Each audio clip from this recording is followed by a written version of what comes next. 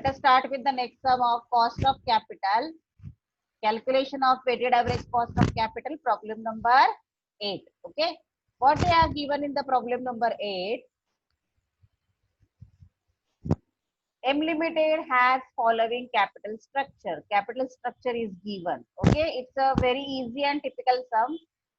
Equity share capital, return earning, preference shares, debentures. Okay, and after tax cost of capital भी आपको calculate करके ही दिया है, मतलब आपको कोई भी केडी केई कुछ भी कैलकुलेट करने की जरूरत नहीं है, क्योंकि सीधा आपको कैलकुलेशन दिया है। और compute the weighted average cost of capital using book values as weight. अभी ये कंसेप्ट आपको ध्यान में रखना है, ये जो आपको वैल्यूज दिया है वो बुक वैल्यूज है। कौन सा वैल्यूज है? बुक वैल्यूज है।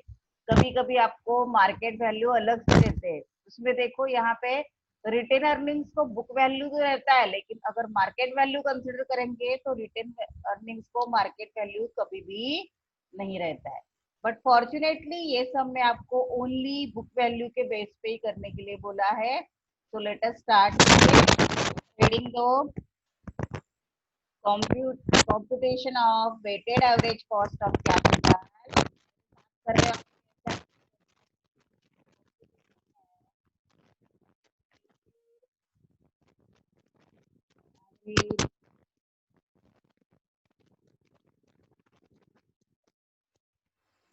weighted average cost of capital using book value at weight। Okay, now columns कौन से बनाने हैं?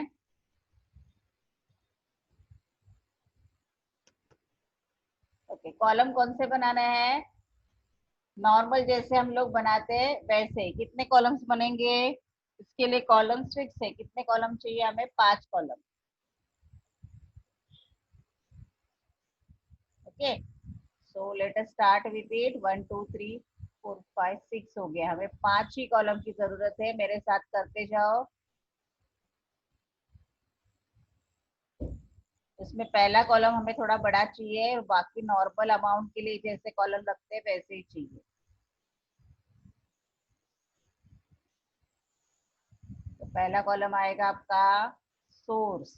ओके, उसके बाद अमाउंट रुपीज। पहला कॉलम आएगा आपका सोर्स का। उसके बाद आएगा अमाउंट रुपीज। फिर आपको थर्ड कॉलम में लिखना है प्रपोर्शन।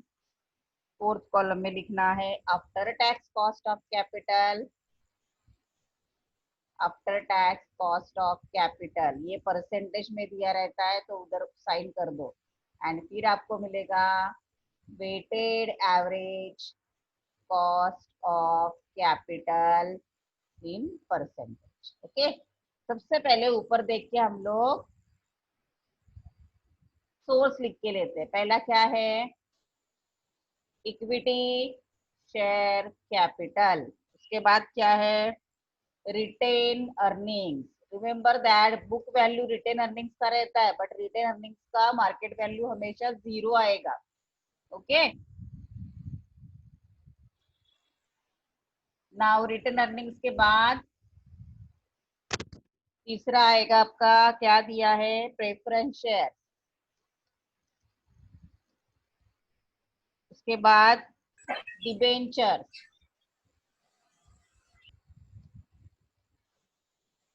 ओके, अभी अमाउंट आपको दिया हुआ है। कितना अमाउंट दिया है देखो, ऊपर देख के आपको कॉपी करना है। अमाउंट कितना दिया है? 8 लाख, 6 लाख, 2 लाख, 4 लाख। तो let us right the amount here. Equity share से 8 लाख, फिर ये आएगा 6 लाख, देन 2 लाख, एंड फिर 4 lakh. Correct. Now proportion we have to calculate, correct, but after tax cost of capital readily available given कितना है?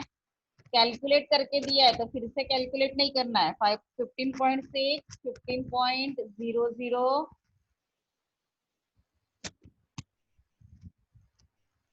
15.00, 15.6 मतलब 15.60, 15.00, 10.5 मतलब 10.50 and 4.50। This is amount given, ये आपको कैलकुलेट करके दिया है। Okay, now let us calculate proportion.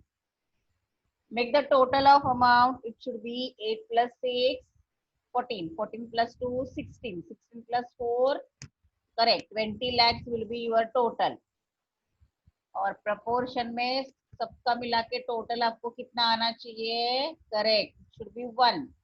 तो अभी प्रपोर्शन कैसे कैलकुलेट करते हैं? हमेशा हम लोग करते वैसे, सिंपल सम है ये बहुत।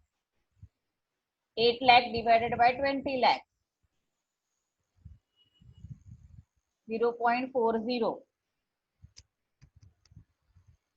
6 लाख डिवाइडेड बाय 20 लाख, ये हमेशा यही फॉर्मेट में करना है आपको। 6 lakhs divided by 20 lakhs, 0.30। Then 2 lakh divided by 20 lakhs, 0.10।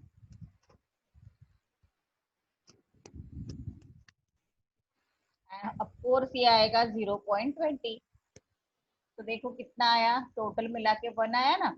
अभी just we have to make the multiplication. Start with the multiplication. 0.40 into 15.60, 6.24, correct, ये आएगा आपका 6.24। Then 0.30 into 15, it should be 4.50। then 0.10 into 10.50, 1.05। then 0.20 into 4.50, 0.90, and the total will be 12.69%। ये आपका आया total. अभी ये आएगा तो आपको ओनली 7 मार्क्स के लिए आ सकता है। तो नीचे लिख के बताओ, weighted average cost of capital equal to 12.69%। That will be your answer. Problem number 9 हम लोग देख रहे हैं अभी। यहाँ पे आपको बुक वैल्यू भी दिया है, मार्केट वैल्यू भी दिया है, और after tax cost of capital भी कैलकुलेट करके दिया है। बहुत ही इजी सम में से एक ये सम है, लेकिन आपको टेक्निक देखना आना चाहिए। देखो यहाँ पे जैसे मैंने आपको ऊपर बोला था, वैसे बुक वैल्यू में रिटेन अर्निंग्स का बुक वैल्यू रहता है, बट मार्केट वैल्यू में कभी भी रिटेन अर्निंग्स का मार्केट वैल्यू नहीं रहेगा। ये सब में भी आपको आफ्टर टैक्स कॉस्ट कैलकुलेट करके दिया है, तो आपको केडी केई कुछ भी कैलकुलेट करने की जरूरत नहीं है। तो हम लोग पहले आंसर से शुरू करते हैं। Calculation of weighted average cost of capital using book value as weights. Okay, और हमेशा की तरह जितने कॉलम्स हम लोग करते हैं उतने ही कॉलम्स हमें करने। कितने कॉलम्स हम लोग करते हैं? 5 कॉलम। तो 5 columns we are going to introduce. Okay, पहला कॉलम हमारा रहता है सोर्स, दूसरा अमाउंट रुपीज, तीसरा ये बुक वैल्यू का वेट है ना, तो ये आएगा आपका। उसके बाद हमेशा की तरह प्रपोर्शन, उसके बाद after tax cost of capital in percentage, और उसके बाद weighted average cost of capital in percentage. ये कॉलम कभी भी चेंज नहीं होगा। ओके, अभी सोर्स में क्या है? पहले इक्विटी शेयर कैपिटल, करेक्ट।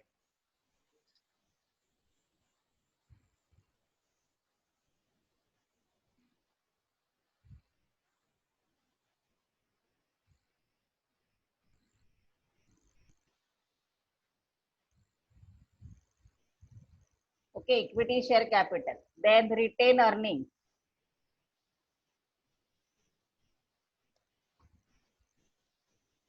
उसके बाद प्रेफरेंस शेयर कैपिटल, उसके बाद डिबेंचर। ओके, नाउ अमाउंट में आपको स्पेसिफिकली बुक वैल्यूज को उठा के लेना है। तो बुक वैल्यूज कितने अपने, 1,20,000, 40,000, 20,000, 60,000। ओके, उसके बाद after tax cost of capital तो आपको कैलकुलेट करके ही दिया है, कितना है 15, 12, 15, 12, उसके बाद 10, 8, correct. Now what our next step will be, we have to calculate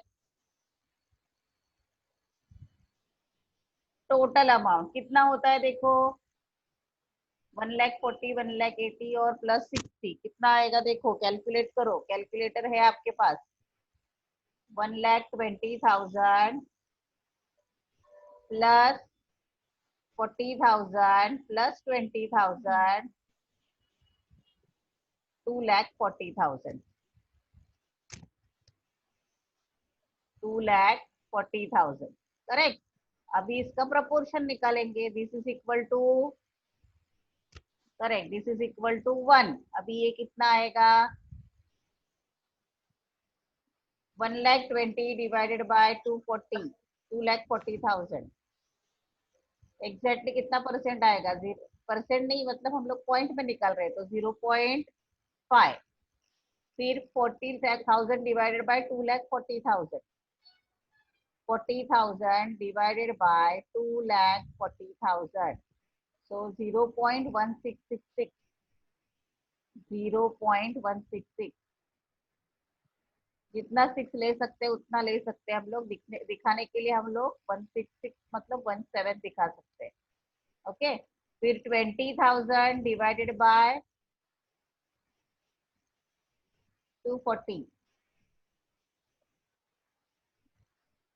0.0833, 0.0833।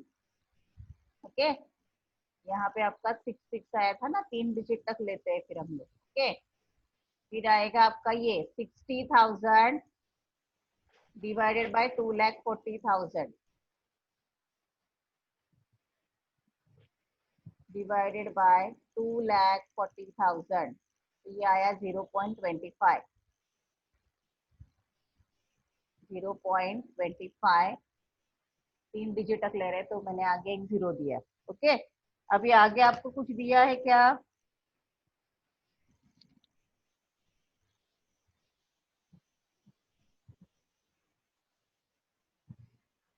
देखो आगे कुछ दिया है आपको, नहीं ना। ओके, अभी इसका मल्टीप्लीकेशन करना है आपको, let us start with it. 15 multiply by 0.5, 7.5।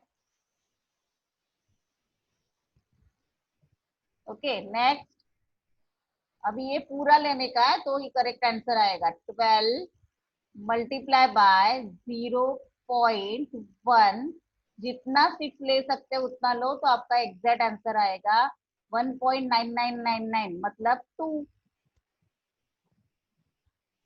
Okay, उसके बाद 0.083,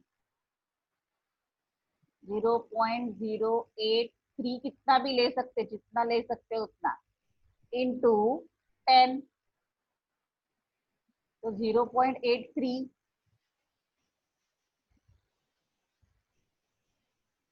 0.83। कैलकुलेशन एक बार चेक कर लो, फिर उसके बाद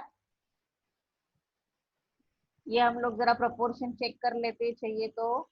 20,000 डिवाइडेड बाय कितना लिया था हमने, 240, कितना आया था देखो, बराबर आया था। अब ये 0.250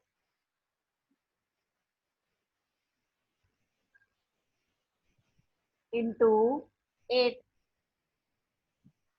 तो ये कितना आया again 2। Now make the total of all the 2 minute दे रही हूँ मैं, टोटल करो इसका और मुझे बोलो कितना आ रहा है।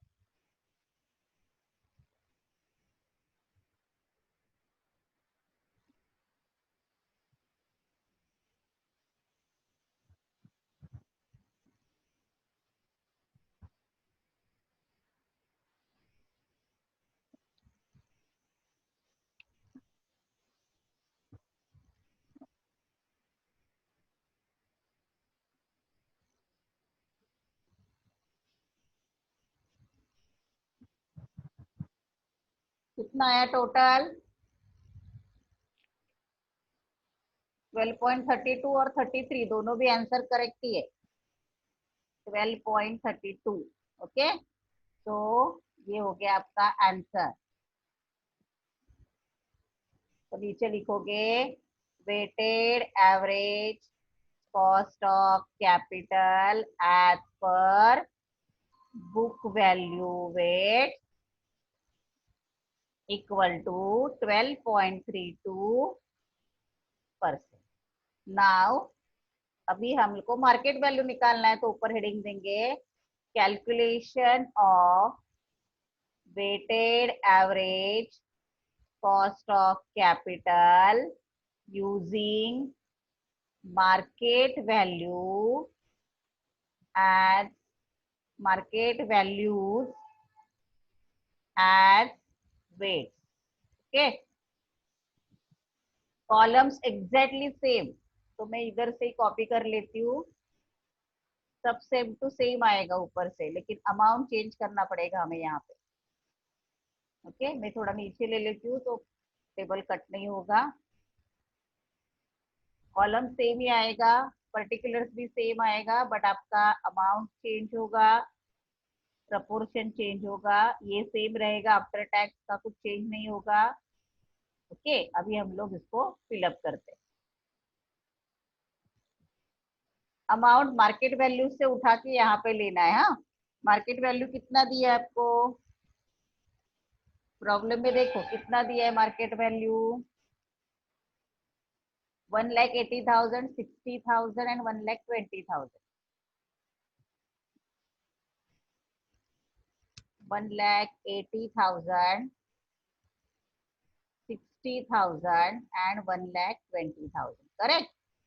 नाउ यहाँ पे देखो रिटेन अर्निंग्स का मार्केट वैल्यू कभी भी नहीं रहता है, वो हमेशा जीरो ही आएगा। रिटेन अर्निंग्स का मार्केट वैल्यू जीरो है हमेशा, तो डैश डाला है। अभी इसका टोटल करो, 1,80,000 plus 60,000 plus 1,20,000, it is equal to 3,60,000। Okay, अभी प्रपोर्शन निकालेंगे, this is equal to 1। Now calculate 1,80,000 divided by 3,60,000, 0.50। यहाँ पे तो कुछ नहीं आएगा। अभी 60,000 divided by 3,60,000, 60,000 divided by 3,60,000, that is equal to 0.1666, 0.1666। जितना सिर्फ ले सकते हैं उतना, तो 3 डिजिट तक मैंने लिया यहाँ पे। ओके, उसके बाद 1,20,000 divided bye 3,60,000, 1,20,000 divided by 3,60,000, that is equal to 0.333, 0.333। Okay, इन सबका टोटल आपका कितना आना चाहिए? 1 आना चाहिए।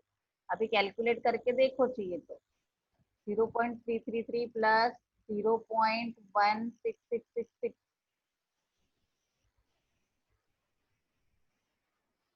0.1666 प्लस 0.50, राउंड अबाउट 0.999 आ रहा है, मतलब ठीक है चलेगा। अभी इसका सिंपली मल्टीप्लीकेशन। करेक्ट, तो मल्टीप्लीकेशन आपको सबको करना आता है, अभी करो। 0.50 into 15, that is equal to 7.5। ये 12 तो जीरो है, मतलब यहाँ पे कुछ नहीं आएगा। So next one will be 0.166, जितना 6 ले सकते उतना करो, into 10, that is equal to 1.66। उसके बाद 0.33 दिया है ना, वो भी पूरा जितना ले सकते उतना करना है, 0.33333। कैलसी पे जितना ले सकते उतना लो, इंटू 8, सो 2.6666 है ना। तो ये आएगा 2 पॉइंट, राउंड अप करना है तो 666 या 2.67। तो टोटल करो अभी इसका, 2.666 है ना ये, अभी कितना आएगा 7.50 plus 1.66 plus 2.67, total will be 11.83। तो इसे क्या बोलोगे आप, weighted average cost of capital, weighted average cost of capital using market values at weight equal to 11.83%। 83 की जगह आपका 82 आया, 84 आया तो भी वो करेक्ट है।